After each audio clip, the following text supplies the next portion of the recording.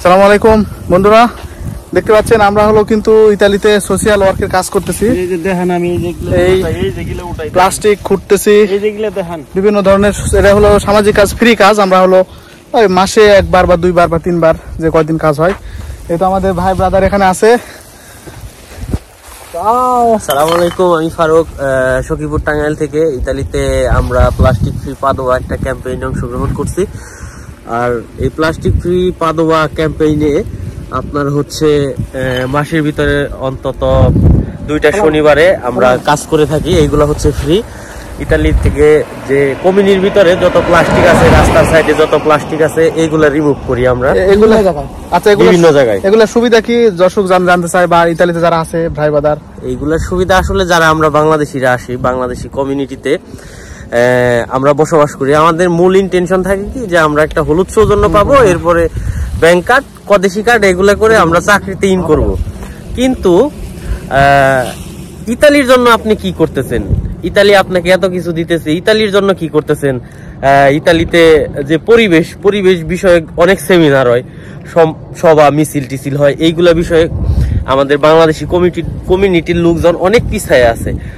যার কারণে আমি শুরু করছি প্রথমে, তারপরে আমরা 9 জন বাংলাদেশি একত্র থাকি, আস্তে আস্তে সবাইকে ইনভলভ করছি। ধন্যবাদ সবাইকে। বিস্তারিত জানার জন্য আপনারা কমেন্ট করতে পারেন। অবশ্যই।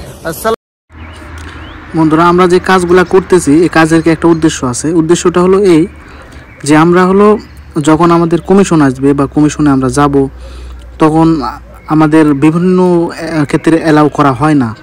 তো আমরা ইতালিতে একটা জিনিস তাদেরকে বিষয়টা বোঝাতে পারবো যে দেখ, আমরা ইতালিতে শুধু ইতালিয়ান খাচ্ছি না, আমরা ইতালিয়ার পরিবেশ পরিস্থিতি বা ইতালিয়াকে আরও ভালো উন্নত করার জন্য বা ইতালির পরিবেশটা রক্ষা করার জন্য আমরা ফ্রি শ্রম দিচ্ছি।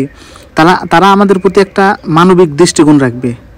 জাস্ট আমরা যে কমিশনে টিকবই এমন কিছুই না। জাস্ট আমাদের একটা কথা হলো, আমরা তাদের কাজ করব, তারা আমাদের যদি একটু মানবিক দৃষ্টিকোণ থেকে একটু বিবেচনা করে, তাহলে সেটা আমাদের জন্য প্লাস পয়েন্ট, এটুকুই আর কিছুই না। তো তাছাড়াও এগুলো কাজ করা খারাপ না, বিভিন্ন ক্ষেত্রে সুবিধা পাওয়া যেতে পারে, বিভিন্ন সুবিধা হতে পারে। তো এই জন্য আমাদের টার্গেট হলো এটাই, যে কারণে আমরা এই কাজগুলো করতেছি। বা বাংলাদেশিরা যারা অনেক হয়তো জানে না এই বিষয়গুলো, যে দেখা গেল যে বাংলাদেশিরা যখন এই অবৈধভাবে আসে, তো এটা করা এগুলো ভালো, এগুলো যে করতে হবে এমন কোনো কথা না। করলে তাদের প্রতি আমরা একটু দৃষ্টিশীল হব, এটা আমাদের জন্য প্লাস পয়েন্ট থাকবে, যে কারণেই আমরা এগুলো করতেছি। তো যারা বাংলাদেশে আছে অনেক হয়তো এই বিষয়গুলো জানে না। কমিশন আছে, তাদের বুঝতাবাকা দেখা হয়, অর্থাৎ কমিশনে টিকার জন্য বিভিন্ন ধরনের প্রস্তুতি নিতে হয়। ভাষা, তারপরে হলো ট্যাক্স, মানে যেটা হলো কাজের কন্ট্রাক্ট, এর মাধ্যমে যে সরকারকে ট্যাক্স প্রদান করা হয়, এই ধরনের অনেক কিছু দেখাতে হয়। তো এই জন্য কিন্তু আমরা সেগুলো চেষ্টা করি যে সব ডকুমেন্টসগুলো সাবমিট করার জন্য। তবে সবচেয়ে মূল কথা, এগুলো আমাদের জন্য প্লাস পয়েন্ট। এগুলা কত % কাজে দিবে সেটা হলো পরবর্তী হিসাব। তবে আমরা এগুলোর সাথে লেগে আছি, আপনারাও চেষ্টা করবেন। আর যারা হলো ভাষা শেখার চেষ্টা করবেন, কাজে কন্ট্রাক্ট নেওয়ার চেষ্টা করবেন, সব কিছুই লাগবে। এবং মূল কথা হলো সেগুলো প্রুফ দেখাতে হবে যে হলো বাংলাদেশে আমরা অনেক সমস্যা ছিলাম, যে সমস্যাটা 100% সমস্যা, যেগুলো আমাদের জন্য অনেক সমস্যা, সেগুলো তুলে ধরতে হবে। তাহলে কমিশনে মোটামুটি টিকার সম্ভাবনা আছে, চান্স আছে।